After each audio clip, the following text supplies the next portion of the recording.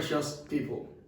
Today I come your way again with how to meditate effectively. Today we are talking about how to meditate effectively, the practical approach to proper meditation. Now, the reason why this is important is because as believers, as Christians, we need meditation to understand God. We need meditation to connect our spirit with the Spirit of God. So today, we are going to be blessed and it's going to be amazing. We would encourage you to subscribe to our channel, give us a thumbs up, like this video, and share it with your friends and your family. We hope to bless you. We hope to bless your friends and family. Okay, now the dictionary meaning of meditation is to think deeply about something. To think deeply about something. Now, when you sit to think deeply into some things, about certain occurrences, about certain situations, certain things you are into, certain things that are, going on in your scheme of life, thinking about these things is about meditation. But how will I also define meditation? I will define meditation as the ability or the act to allow the thoughts of your soul to sink into your spirit, to fellowship with God. Let me repeat it again. To allow the thoughts of your soul to sink into your spirit, to fellowship with God. Now, as Christians, as believers, as human beings, we know that human being is made up of a spirit, has a soul, and lives in a body. Now, your soul gives you the consciousness of your surrounding and your environment. It gives you a universal consciousness. How I feel, my emotions, what I think about, what I like, what I dislike, my anticipation, my ambition, what I expect, what makes me happy. That is the soul for you. Now, your spirit is that entity which is really you. That entity that describes your deep personality, where you are coming from. So with your spirit, we become God conscious. That means we are able to fellowship and communicate with God through our spirit. This is very important. So if I define meditation as the act of allowing the thoughts of your soul to sink into your spirit, to fellowship, what I really mean is that whatever that concerns you, that bothers you, that triggers your emotion, that triggers your soul, that triggers your will, your intentions, everything, allowing it to fall in line with your spirit. By spirit, I mean with that entity which has the ability to fellowship with God. So you are connecting your world consciousness to your God consciousness so that you can fellowship with God. Because without that, you can't fellowship with God properly. You may not even understand God. You see the rise of the sun and the fall of the sun every now and then. 24-hour cycle per day. Listen, without allowing your soul to sink into the spirit for fellowship, you would even think that these things happen by mistake. These things happen by evolution. These things happen by a Big Bang theory. But when you allow your soul, the thoughts, your will, your emotion to connect with your God consciousness, you'll be able to give praise to God, worship God, and continuously obey Him. That is meditation. Now, who can meditate? Everyone can meditate. Everyone who is a spirit, has a soul, and lives in a body can connect with their thinking, their thoughts, their imaginations. They can connect with it and allow their spirit to fellowship with God, to throw themselves into that awe is very important. So everyone, but you see, for babies, for children, they are not really conscious of their environment. For those ones who can exempt them. But as soon as you become conscious of yourself, conscious of your environment, conscious of your personality, you have every necessary right to meditate. And as Christians, we have to meditate. Now, when should you meditate? You can meditate anytime as far as it is convenient to you. In Joshua chapter 1, verses 8, the Bible says that this book of the law shall not depart from thy mouth, but ye shall meditate upon it day and night, that thou mayest observe to do according to all that is written in it. For then thou shalt make thy way prosperous, and thou shalt have good success. So when we talk about when to meditate, the Bible makes it clear, day and night. So this refers to any time of the day can be convenient for you to meditate. In the morning, afternoon, evening, any time of the day. So it should be convenient. Don't be too busy in that period so that you can really meditate. And you see, meditation should lead you to fellowship. Meditation that does not lead you to fellowship is not done properly. Then why should one meditate? Now, if you take your mind back just a couple of minutes ago or seconds ago, I made mention of Joshua chapter 1 verses 8, that thou shalt not allow this book of the law to depart from thy mouth. You shall meditate upon it day and night, that thou mayest observe to do all that is written in it. So the purpose of meditation is to lead you to obey God. And you can only obey God when you fellowship with Him. So you see, meditation will lead you to fellowship. Then you realize that you are obeying God. Because that is what we must do as Christians. That is what gives glory to Him. That is what exalts God. Is very necessary. Then, where should one meditate? Anywhere convenient. Anywhere convenient. It could be a classroom, it could be your house, it could be your living room, it could be your bedroom, anywhere.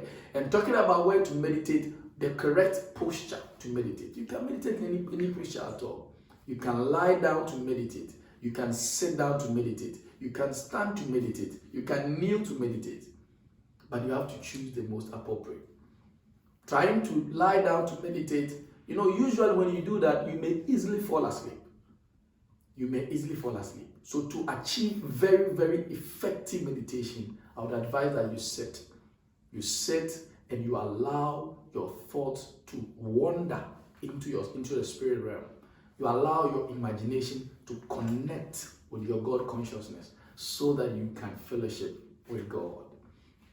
It's very necessary to meditate as Christians. Then, how should one meditate? How should one meditate? Now, number one is about your location. You need the right location. Now, Psalm 37 verses 7, the Bible says that be silent in the Lord's presence. Be silent in the Lord's presence. So, the location I'll give you is a spiritual location, the Lord's presence. It's not about the room you are in. Although the room matters, the room helps to create a conducive environment where you are not disturbed. But it should be the Lord's presence, because the meditation is leading you before the presence of God. So be silent in the Lord's presence. So your location is in the Lord's presence. Even if you are in your kitchen, you should know that at that particular point in time, you are in the Lord's presence. Then number two of how you should meditate is quietness. Now, the same Psalm 37 verse 7 says that be silent in the Lord's presence. Be silent. So you need some quietness. You need some silence around you. It's very important. Then point 3 is patience. It says that be silent, Psalm 37 verse 7. Be silent in the Lord's presence and wait patiently for Him. And wait patiently for Him. So wait connotes patience. So wait. If you say wait for Him, it is patience. But I say wait patiently for Him. That means there should be a certain deep level of patience. So there should be patience in meditation. Don't do it in a haste. You are trying to meditate and you are in a haste. You want to go and do something else and you are busy with yourself. You will not achieve the best in your meditation. Then point 4 is expectation. Psalm 62 verses 5. David said something important. He said that my soul wait thou only upon God. For my expectation is from Him. He's commanding his soul. You realize he's not commanding his spirit. He's commanding his soul. That is why I stated in the beginning that is to allow the thought of your soul to sink into your spirit for fellowship. So he said, my soul, wait thou only upon God. For my expectation is from Him. As you are meditating, what's your expectation from God? Are you expecting God to save you? Are you expecting God to deliver you? Are you expecting God to enlighten you, to open the eyes of your understanding? Are you expecting God to speak to you? Are you expecting God to help you to build a certain idea? There is nothing greater than God giving you an idea. The Bible said the Holy Ghost will teach us all things. He is our teacher. He should teach us. So what people will go to classroom for, you can sit down and receive from God. Then my point 5 is consistency. Now, Hosea chapter 12 verse 6, the Bible says that, therefore, turn thou to thy God. Keep mercy and judgment and wait on thy God consistently. So you realize that consistency is very important. Consistency is important. Now, the Bible in Hosea chapter 12, verse 6, the best rendition says continually. So there should be a continuous process. You don't meditate today and just leave it. It should be continuous. You should do it every day. You should always have fellowship. You should always connect with God. It should be continuous. And you see, when you start to meditate, and even after you finished that period, sat down and meditated upon God, as you are moving through your day, your mind should still be on what you meditated upon. It's very important. Now, point 6 is focus. Focus. You can't meditate without focus. Now, Psalm 62 verses 5, the Bible says that, my soul, wait thou only upon God. It said only. Don't wait upon any other person. Don't wait upon your boss. Don't wait upon a certain individual you think that will give you influence and etc. Wait thou only upon God. You should focus on God. You should be single-eyed upon God. Your mind should be focused on God. It's very important.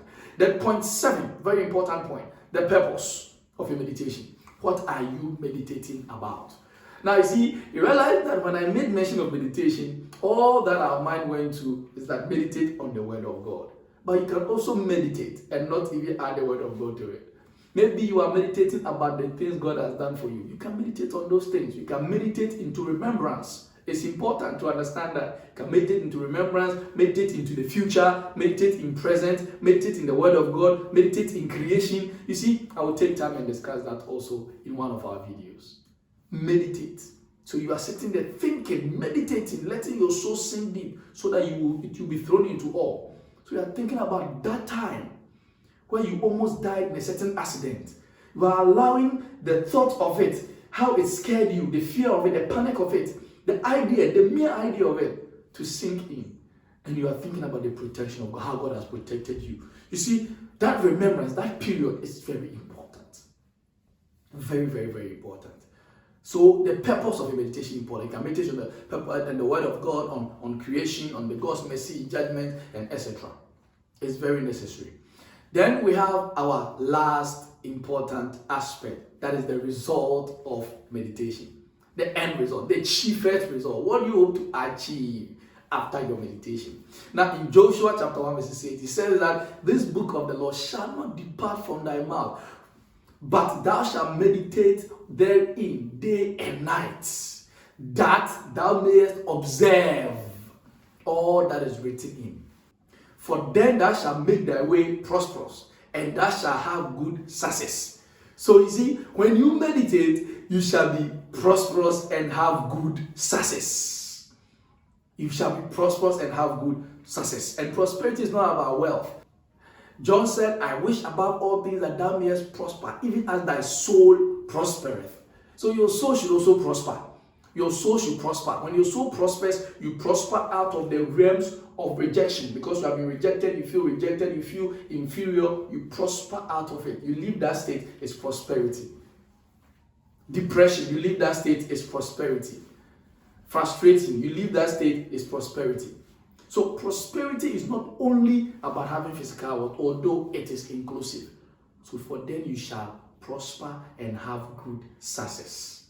So child of God, this is how to meditate effectively, the practical approach to proper meditation. God bless you so much for listening. Don't forget to subscribe to our channel, give us a thumbs up, share this video for family and friends, and give us a comment. Let us know what other methods you also think about. God bless you and have a blessed day. Amen.